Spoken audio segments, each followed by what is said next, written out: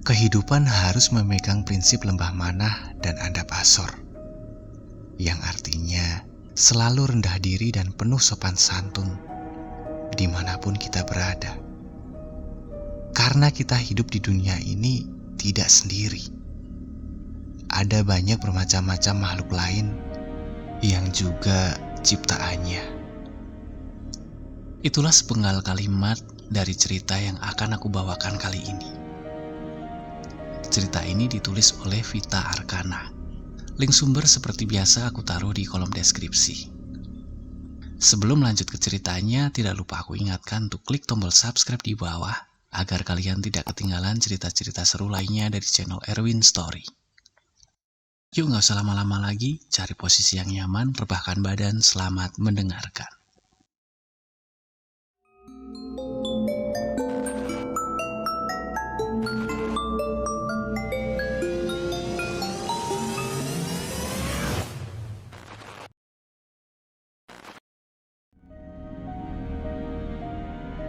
Hari itu adalah hari pengukuhan anggota baru mahasiswa pencinta alam Maharaya, dan berniat untuk melakukan upacara pengukuhan di puncak Gunung Slamet.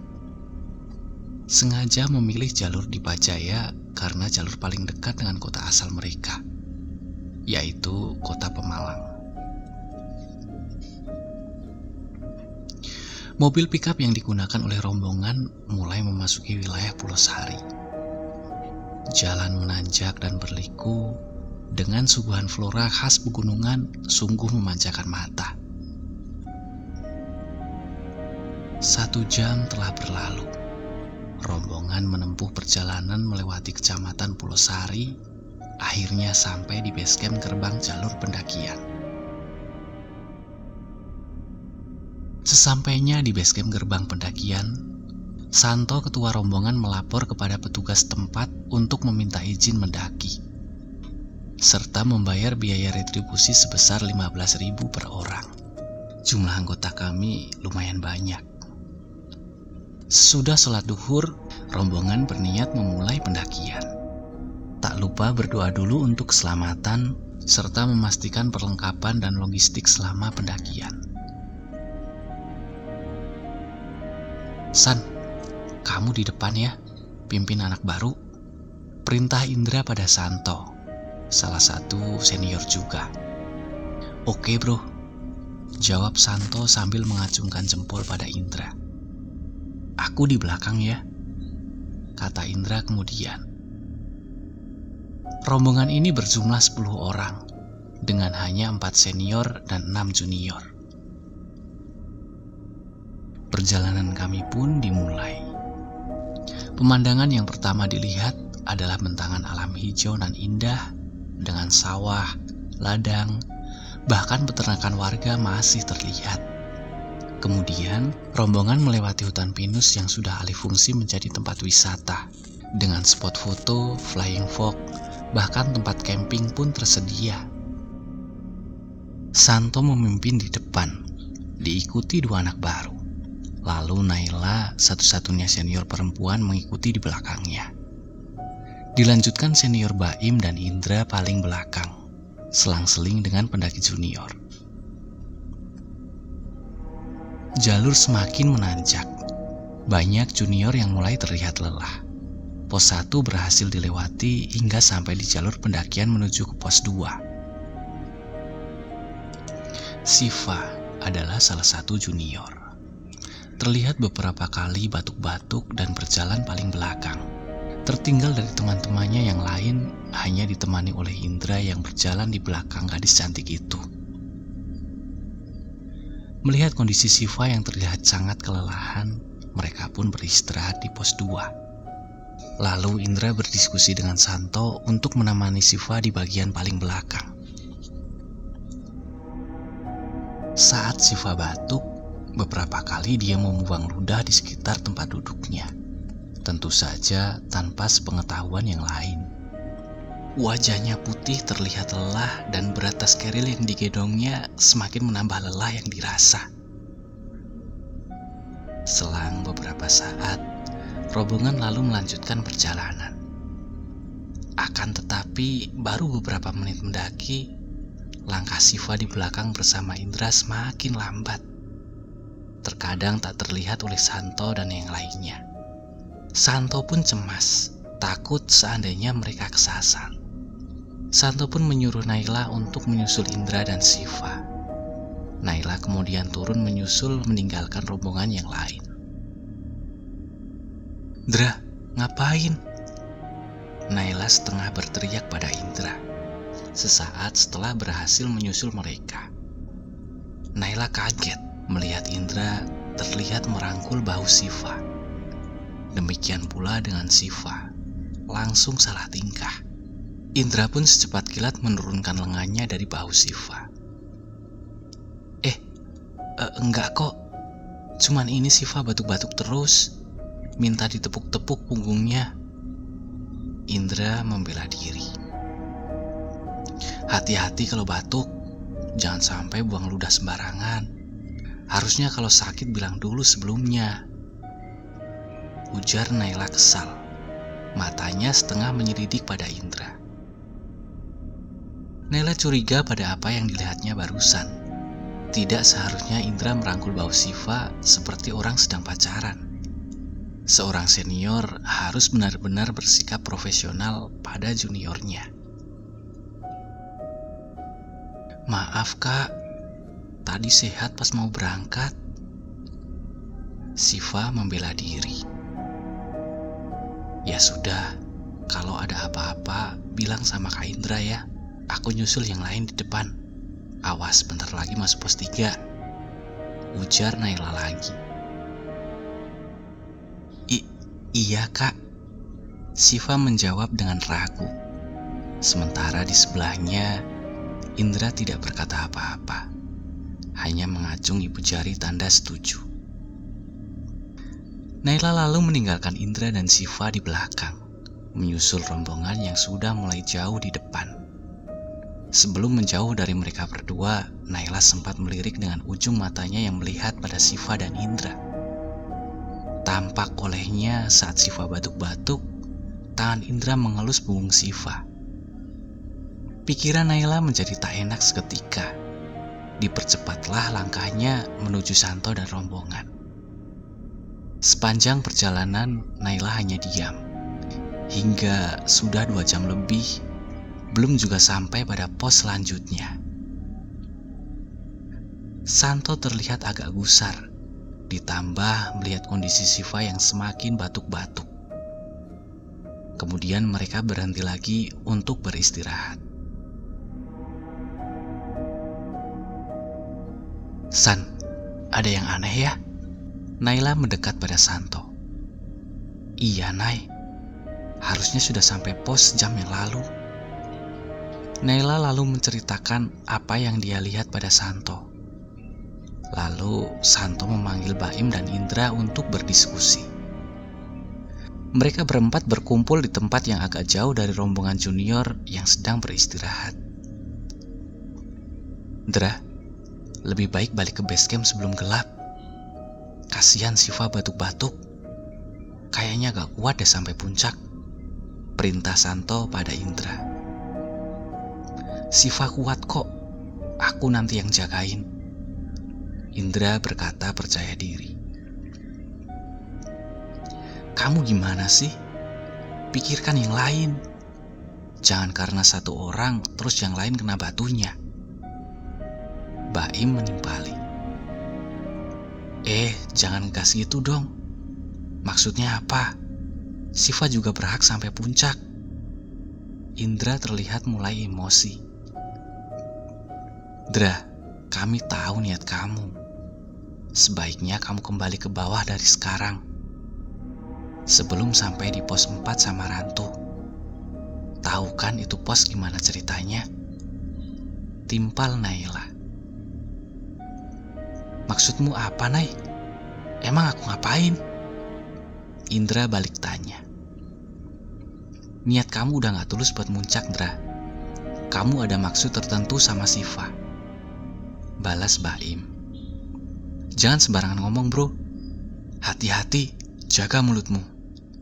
Indra semakin kesal dengan ucapan Baim. "Kami tahu kok, kamu ada rasa sama Siva kan? Masalahnya bukan di sini tempatnya. Ibarat kata, kita sedang bertamu di tempat orang lain. Gak boleh berpikiran dan bertingkah laku macam-macam, sahut Baim. Hampir saja Indra emosi dan mencengkeram kerah jaket Baim, jika saja tidak dicegah oleh Santo. Udah, gak usah ribut. Siva balik aja. Kamu juga, Indra.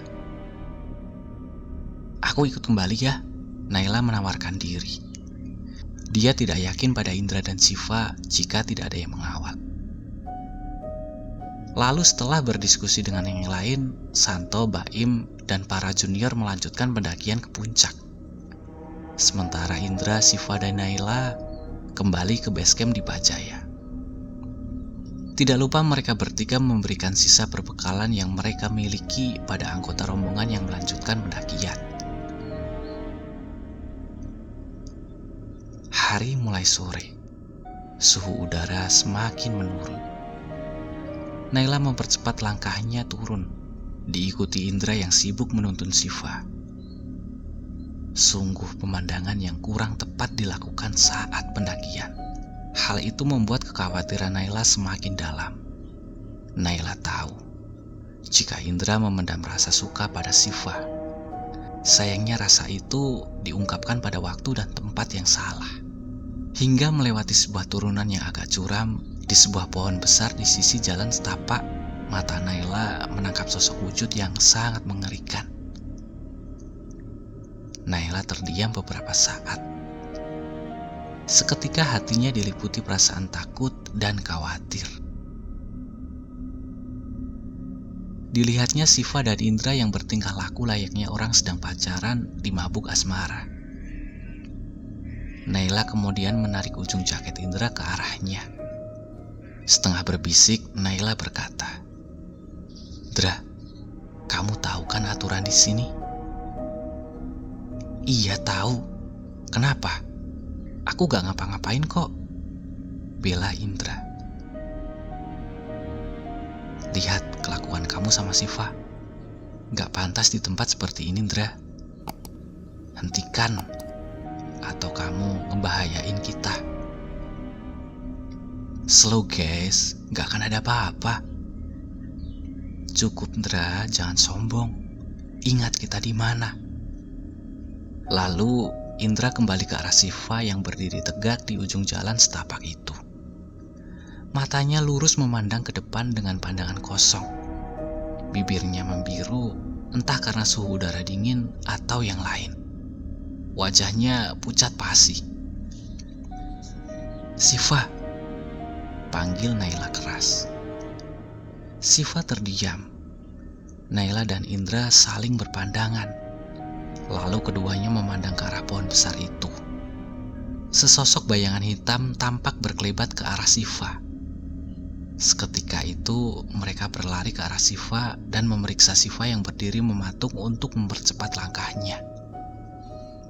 Kaki Siva terseok-seok karena dipaksa untuk melangkah. Sedangkan Siva entah apa yang terjadi pada dirinya. Yang jelas, dia layaknya orang yang hilang ingatan. Tubuhnya pun terasa sangat berat, seperti ada yang menahannya. "Cepat, Indra!" teriak Naila. Indra terlihat menyeret paksa badan Siva yang seakan-akan berat untuk berjalan meninggalkan tempat itu. Sementara mulut Naila tak berhenti berdoa dan berzikir. Langkah kaki mereka ke arah pos 2 terasa semakin menjauh. Waktu tempuh dari arah pos 3 ke arah pos 2 seharusnya tak selama ini. Namun sekarang sudah 2 jam mereka belum bertemu dengan pos 2, yang biasanya banyak para pendaki yang sedang beristirahat. Hari semakin gelap. Naila hampir putus asa. Suhu udara yang semakin turun ditambah lelah yang mendera membuat Naila gusar. Naila berdiri sesaat melihat ke arah Indra. Indra tampak kelelahan memapah tubuh Siva. Mata Naila terbelalak melihat apa yang ada di belakang Indra.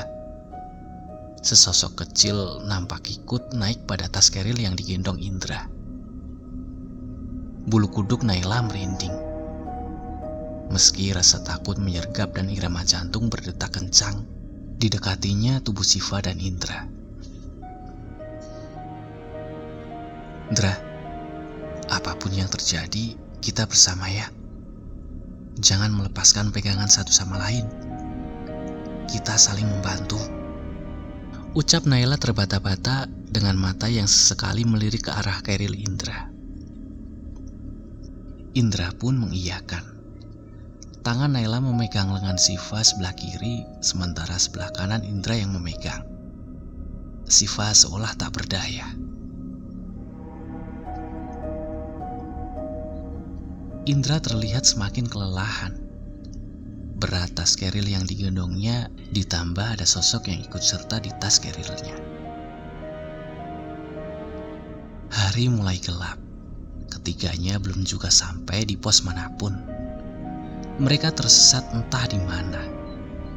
Menurut perhitungan waktu Naila, seharusnya malam mereka sudah sampai di gerbang di Pajaya.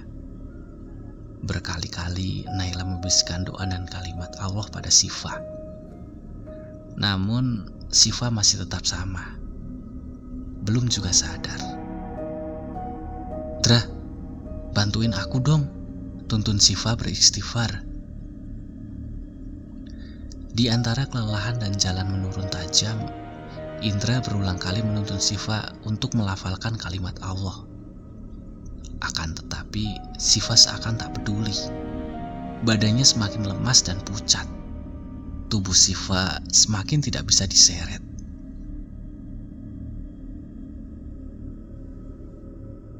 Malam menjelang, kabut pun mulai turun. Penerangan hanya dari senter miliknya dan Indra. Sementara sosok itu masih tetap berada di keril Indra. Berulang kali Naila mencubit lengan Indra. Naila sangat berharap Indra menyadari hal itu dan segera meminta maaf atas kelakuannya. Naila tahu ada kesalahan yang dilakukan oleh mereka yang membuat penunggu daerah itu marah. Namun lelah teramat sangat membuat Indra tak mengerti arti cubitan Naila. Mereka lalu beristirahat di sebuah batu besar. Hingga tak terasa mereka pun tertidur karena kelelahan. Naila tiba-tiba terbangun oleh suara jeritan Siva. Begitu membuka matanya, hanya gelap yang terlihat. Tidak ada lagi Siva dan Indra di sisinya. Keril dan senternya pun entah di mana. Naila cemas. Dipanggilnya kedua temannya itu. Dalam gelap, Naila memaksa kakinya untuk melangkah. Tak tahu arah harus kemana. Yang jelas, dia harus mencari jalan yang menurun. Jika tidak bertemu Siva dan Indra, setidaknya dia harus mencari bantuan. Pikirannya penuh oleh bermacam-macam hal. Tak dipedulikannya lagi aneka makhluk yang dia temui sepanjang perjalanan. Bahkan akar pohon dan semak belukar diterjang begitu saja. Mulutnya tak berhenti berzikir dan berdoa, serta meminta maaf pada penghuni daerah situ yang merasa terganggu oleh kehadirannya dengan Indra dan Siva. Bruk, tiba-tiba Naila menubruk sebuah pohon besar. Dirinya oleng dan jatuh ke sisi sebelah pohon itu, lalu terguling di antara semak belukar. Naila akhirnya tak sadarkan diri. Saat terbangun, Naila sudah berada di sebuah pondokan. Rupanya Naila jatuh ke sawah penduduk dekat pos 1, lalu ditolong menuju pondok tempat istirahat. Siva dan Indra. Hanya itu yang Naila ingat saat membuka mata. Tenang mbak, minum dulu. Teman mbak selamat kok, kata lelaki yang menolong Naila sambil menyodorkan segelas air putih yang sebelumnya diberi doa. Kalau sudah tenang, ayo ke tempat teman mbak. Naila lalu menurut pada lelaki berpeci putih tersebut. Naila kaget melihat kondisi Siva dan Indra. Siva terlihat meracu tidak jelas. Wajahnya masih pucat, namun mulutnya tak berhenti bicara. Terkadang menangis, lalu tertawa terbahak-bahak. Terkadang menangis, lalu tertawa terbahak-bahak. Di sebelahnya Indra tampak terdiam, tak bicara apapun. Duduk sambil melipat lututnya ke dada.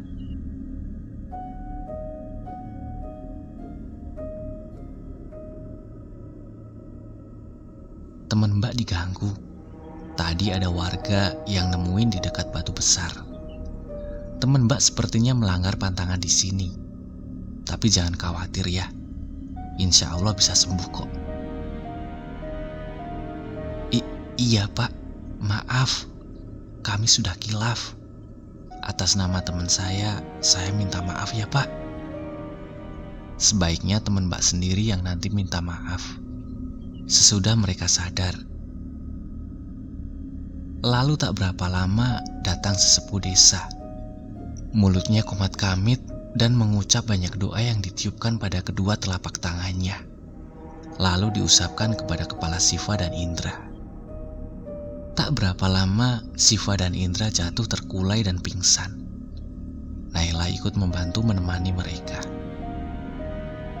Saat mereka berdua sadar, sesepuh desa berpesan pada Indra agar tidak berpikiran kotor selama mendaki dan tidak bercumbu sepanjang perjalanan.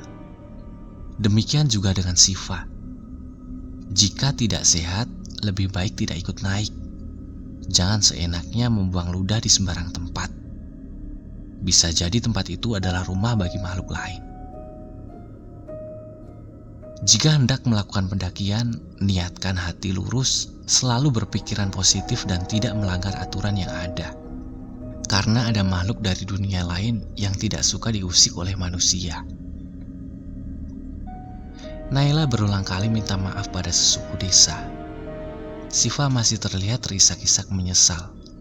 Sedangkan Indra, tak ada yang berubah. Meski sudah diobati, kondisi tetap masih sama.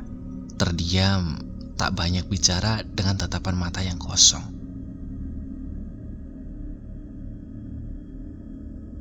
Oke, terima kasih yang sudah mendengarkan cerita ini sampai selesai. Gimana ceritanya?